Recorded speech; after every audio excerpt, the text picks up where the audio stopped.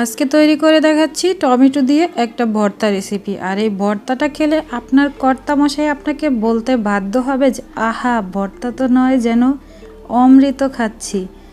তো চলুন দেখে নিই কীভাবে এই মজাদার টমেটোর ভর্তাটা আমি তৈরি করি। তো এখানে আমি টমেটো নিয়ে নিয়েছি, এখানে আমি 4টা টমেটো নিয়ে নিয়েছি। আর 4টা টমেটো আমি মাঝখান থেকে ফালি করে নিয়েছি। টমেটোগুলো কিন্তু একটু বেশ বড় সাইজের ছিল।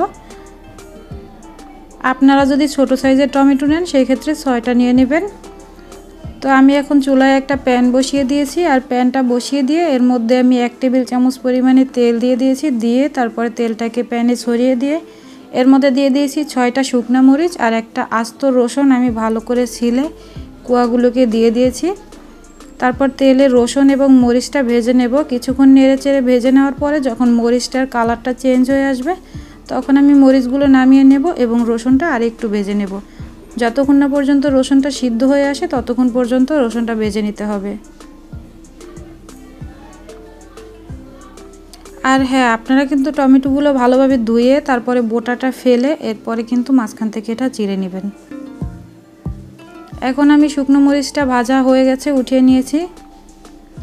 এখানে আমি রসুনগুলোকে একটু লাল করে ভেজে নিচ্ছি যতক্ষণ না পর্যন্ত সিদ্ধ হয়। আর চুলার আঁচটা কিন্তু অবশ্যই একদম লোতে রেখে তারপরে ভাজতে হবে। আমার রসুনগুলো একটু লাল হয়ে গেছে, তো এখন আমি এগুলোকে নামিয়ে নিয়েছি। নামিয়ে নেওয়া হয়ে গেলে এর মধ্যে এখন আমি এই তেলটার মধ্যেই দিয়ে দেব টমেটো। তো টমেটোগুলো মাঝখান থেকে আমি চিড়ে নিয়েছিলাম আর দেখতে পাচ্ছেন বোটার শক্ত অংশটা কিন্তু আমি ফেলে দিয়েছি। এখন আমি এগুলো এক এক করে সবগুলো দিয়ে দিচ্ছি।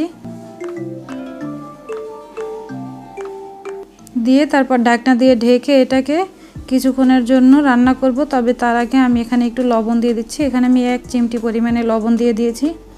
লবণটা ভালোভাবে সবগুলো টমেটোর গায়ে ছড়িয়ে দিতে হবে। দিয়ে তারপর আমি এটাকে ঢাকনা দিয়ে ঢেকে রেখে দেব 10 মিনিটের জন্য। আর এই 10 মিনিটে কিন্তু এই টমেটো থেকে প্রচুর পরিমাণে পানি বের হবে।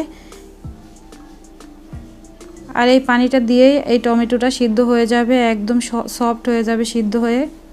আপনারা যদি চুলার আঁচটা বাড়িয়ে রান্না করেন সেক্ষেত্রে কিন্তু কোনো পানি বের হবে না, কিন্তু টমেটোটা পুরো কালো হয়ে যাবে। ভর্তাটা দেখতে কিন্তু অতটা সুন্দর লাগবে না। তো চেষ্টা করবেন চুলার আঁচটা একদমই লোতে রেখে তারপরে ভর্তাটা বানাতে।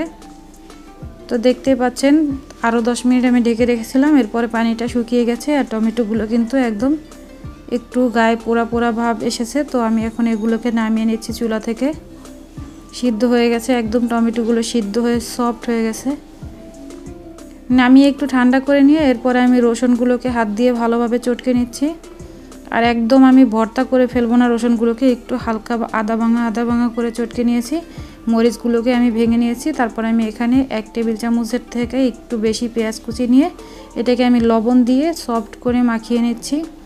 আর তারপরে শুকনো মরিচটা দিয়ে আবার একটু মাখিয়ে নিয়েছি। এরপরে আমি রসুন ভর্তাটা দিয়ে তারপরে আবার মাখিয়ে নিয়েছি। আর টমেটোর ছোলাটা আমি দেখতেই পাচ্ছেন উপর থেকে ফেলে দিয়েছি। তো আপনারা চাইলে ফেলতেও পারেন, নাও ফেলতে পারেন। এরপর টমেটো এবং মরিচ পেঁয়াজের মিশ্রণটা আমি একসাথে মাখিয়ে নিচ্ছি। তবে হালকা হাতে আমি মাখিয়ে নিচ্ছি। এটা অনেক বেশি চাপাচাপি বা জাতাজাতি করে মাখবেন না, তাহলে এটা একদম ঝোল টাইপের হয়ে যাবে। হালকা হাতে মাখলেই এটা অনেক সুন্দর হয়। আপনার টমেটো যত ভালোভাবে সিদ্ধ হবে আপনার ভর্তাটাও তত সুন্দর হবে এবং টেস্টি হবে। তো দেখতে পাচ্ছেন ভর্তাটা করে নেওয়া হয়ে গেছে আমার এখানে। এখন আমি এর মধ্যে 1/4 কাপ পরিমাণে ধনিয়া পাতা কুচি দিয়ে তারপর এটাকে আবার একটু হালকা হাতে মাখিয়ে নিচ্ছি। আর এর মধ্যে কিন্তু আমি এ পর্যায়ে কোনো লবণ অ্যাড করিনি। আমি লবণটা চেক করে দেখেছি, লবণটা একদম পারফেক্ট আছে। যেহেতু আমি এটাকে লবণ দিয়ে সিদ্ধ করেছিলাম আর পেঁয়াজ মাখানোর সময় আমি লবণ দিয়েছিলাম, তাই এখানে আর এক্সট্রা করে কোনো লবণ দিতে হবে না। ভর্তাটা হয়ে গেছে, এখন আমি এটাকে সার্ভ করে দিচ্ছি। রেসিপিটা ভালো লাগলে লাইক, কমেন্ট, শেয়ার এবং সাবস্ক্রাইব করতে ভুলবেন না। আশা করছি আপনাদের কাছে অবশ্যই আমার রেসিপিটা ভালো লাগবে আর বাসায় একবার হলেও ট্রাই করবেন এই রেসিপিটা। আল্লাহ হাফেজ।